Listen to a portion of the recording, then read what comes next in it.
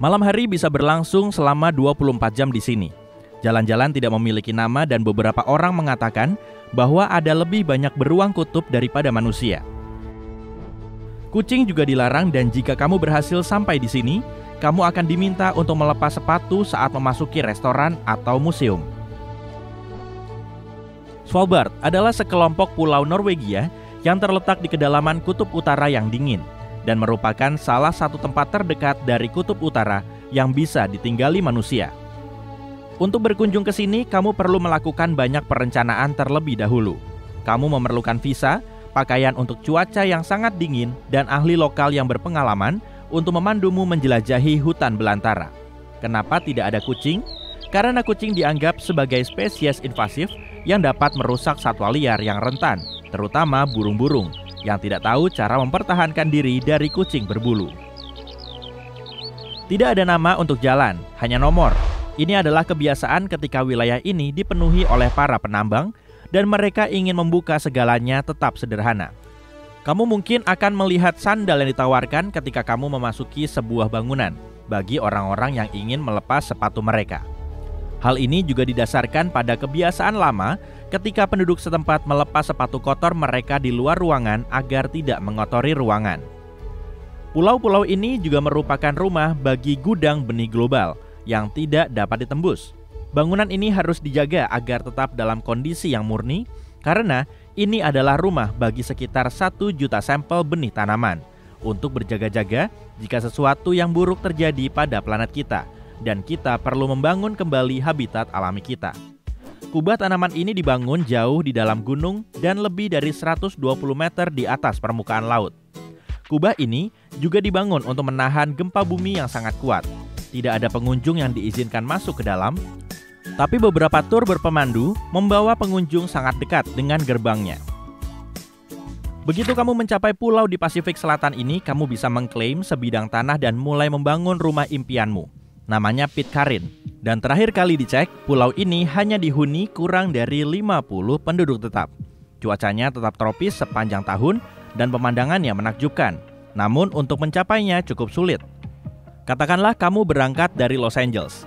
Pertama-tama kamu harus mengambil penerbangan ke Tahiti, kemudian naik penerbangan lain ke Pulau Mangareva yang hanya berangkat seminggu sekali. Di sini, kamu akan mencapai bandara terdekat ke Pitcairn yang masih berjarak 531 km dari pantai. Sisa petualangan harus diselesaikan dengan kapal, tapi akan memakan waktu lebih dari 30 jam. Itu hanya jika kamu cukup beruntung untuk berangkat sejak awal, karena perjalanan kapal ke pulau ini dengan perbekalan hanya sekali dalam 3 bulan.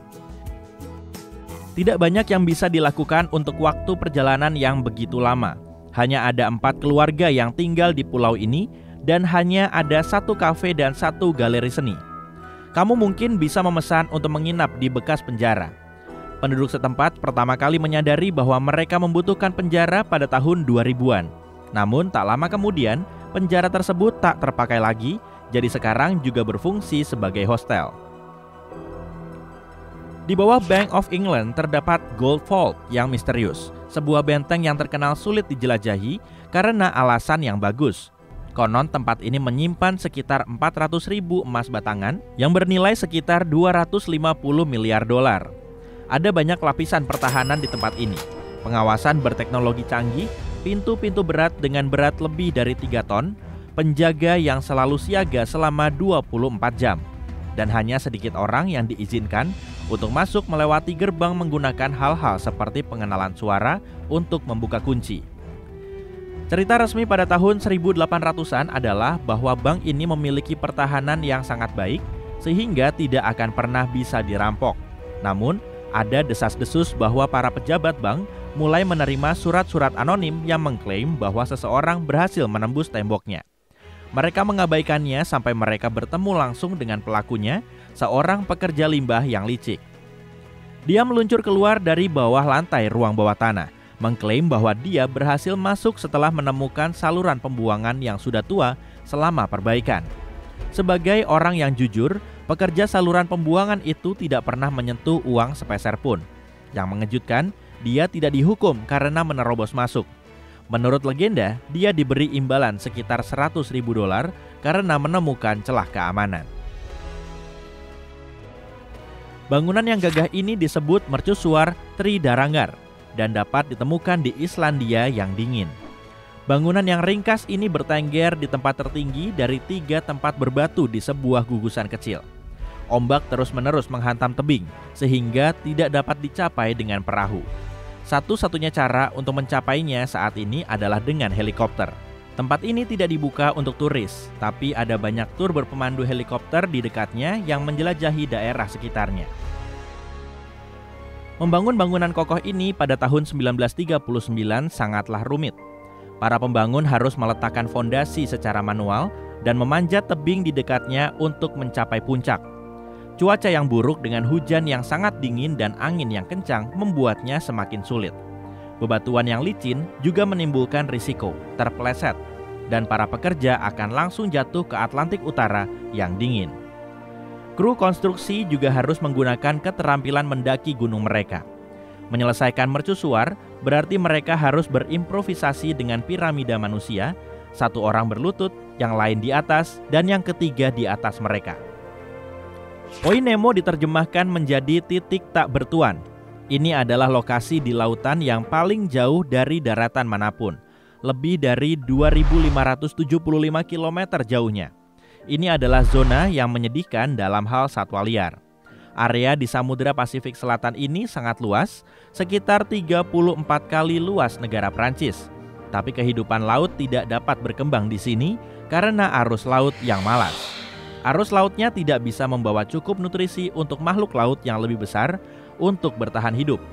Para ilmuwan hanya bisa melihat beberapa bakteri dan kepiting kecil di ventilasi vulkanik di dasar laut. Poin Nemo pertama kali ditemukan pada tahun 1992, namun belum banyak dieksplorasi sejak saat itu.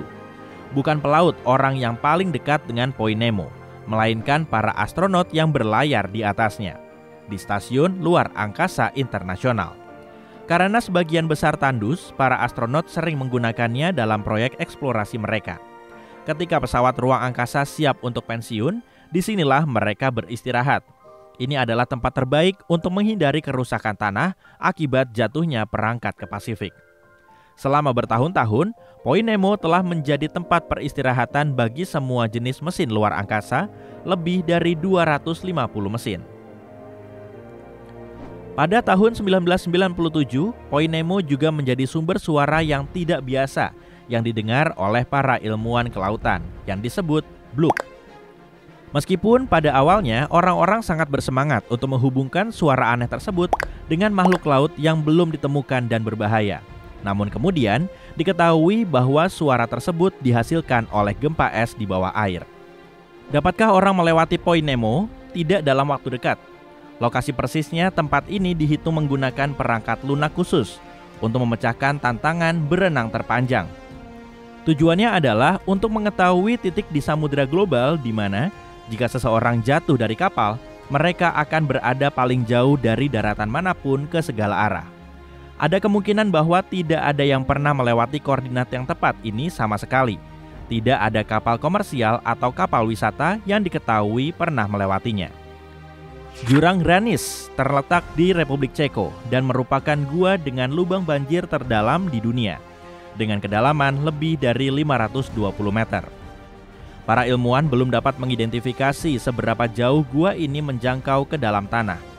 Lubang ini juga tidak terbentuk seperti kebanyakan lubang lainnya dari permukaan bumi menuju ke bawah.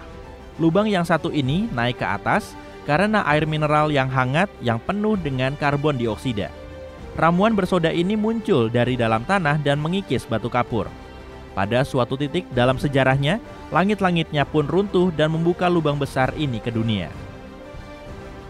Bukan hanya kedalamannya yang membuatnya sulit untuk dijelajahi, tapi juga cairannya itu sendiri. Air ini dapat menimbulkan masalah karena memiliki kandungan karbon dioksida yang tinggi, cukup untuk menggelitik bagian tubuh penyelam yang terbuka. Campuran unik air ini bahkan memengaruhi jenis peralatan yang dapat dikenakan. Jika kamu memilih menggunakan scuba sirkuit terbuka, gelembung yang dihembuskan akan memicu reaksi kimia. Hasilnya adalah jarak pandang yang lebih sedikit di tempat dengan kondisi cahaya rendah.